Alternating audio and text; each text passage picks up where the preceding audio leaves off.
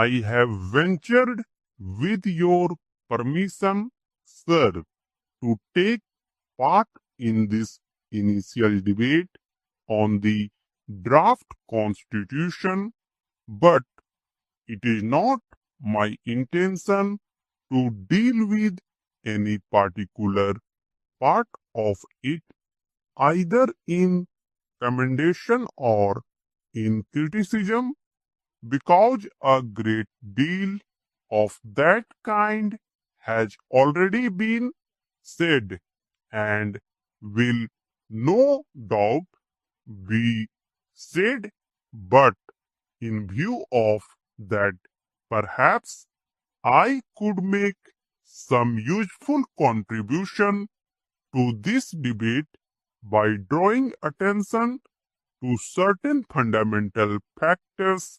Again, I had thought that I could do this even more because in recent days and weeks I have been beyond the shores of India, have visited foreign lands, met eminent people and statesmen of other countries, and has the advantage of looking at this beloved country of ours from a distance.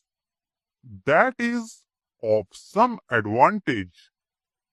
It is true that those who look from a distance do not see many things that exist in this country.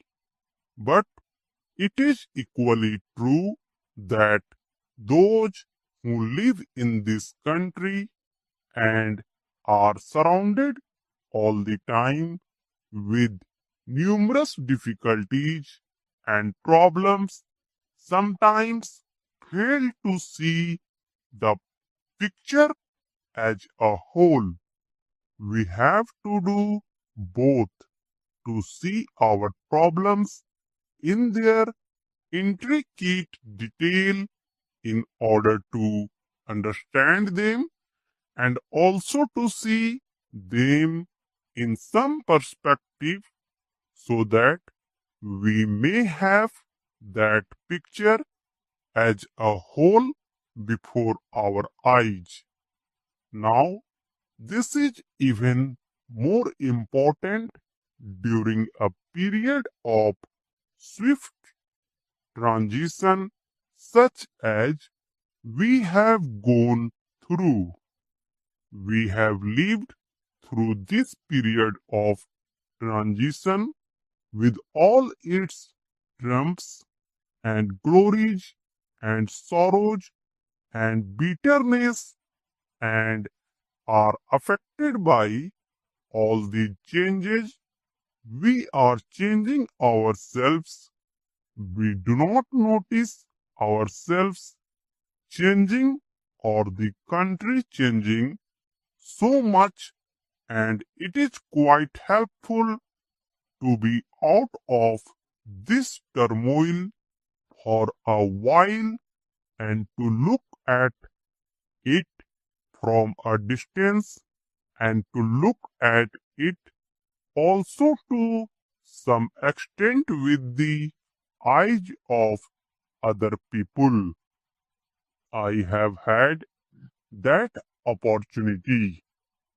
I am glad of that opportunity because for the moment I was rid of the tremendous burden and responsibility which all of us carry and which some of us who have to shoulder the burden of government have perhaps to carry more.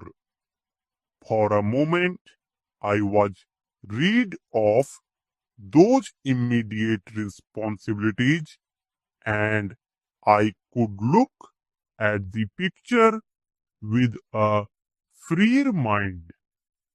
From that distance, I saw the star of India rising far above the horizon.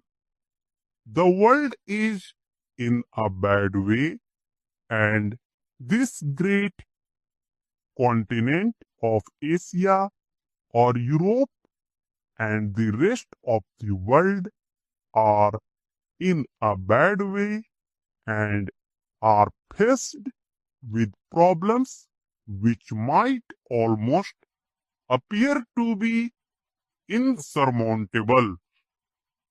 And sometimes one has the feeling that we were all actors in some terrible Greek tragedy which was moving on to its inevitable climax of disaster. Yet, when I looked at this picture again from afar and from here, I had a feeling of hope and optimism, not merely because of India, but also because of other things. I saw that the tragedy which seemed inevitable was not necessarily inevitable, that there were many other forces at work, that there were innumerable men and women of goodwill in the world who wanted to avoid this disaster and tragedy, and there was certainly a possibility that they would succeed in avoiding it. But to come back to India, we have ever since I moved this resolution before the House passed through a stage transitions and changes. We function here far more independently than we did at that time. We function as a sovereign, independent nation, but we have also gone through a great deal of sorrow and bitter grief during this period, and all of us have been powerfully affected by it.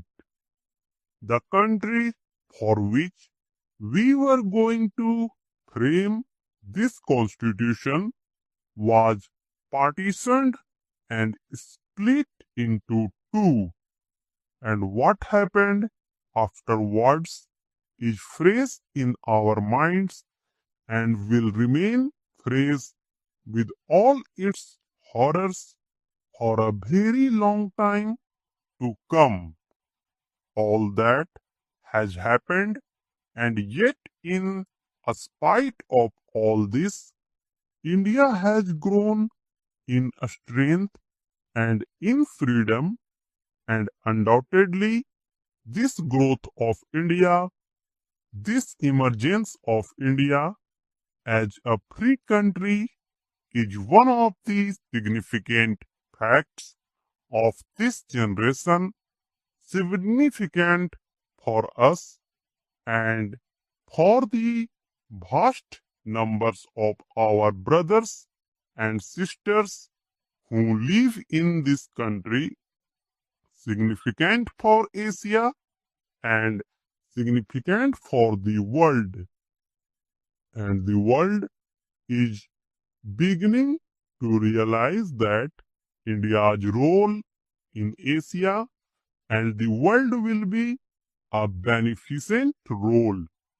Sometimes there may also be a measure of apprehension because India may play some part which some people, some countries with other interests may not particularly like.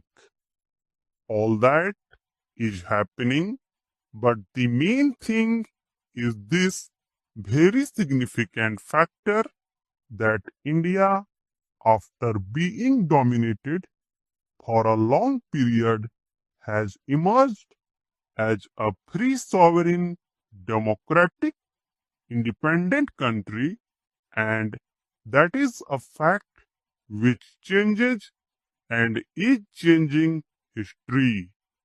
How far it will change history will depend upon us, this house and other house like this representing the organized will of the Indian people.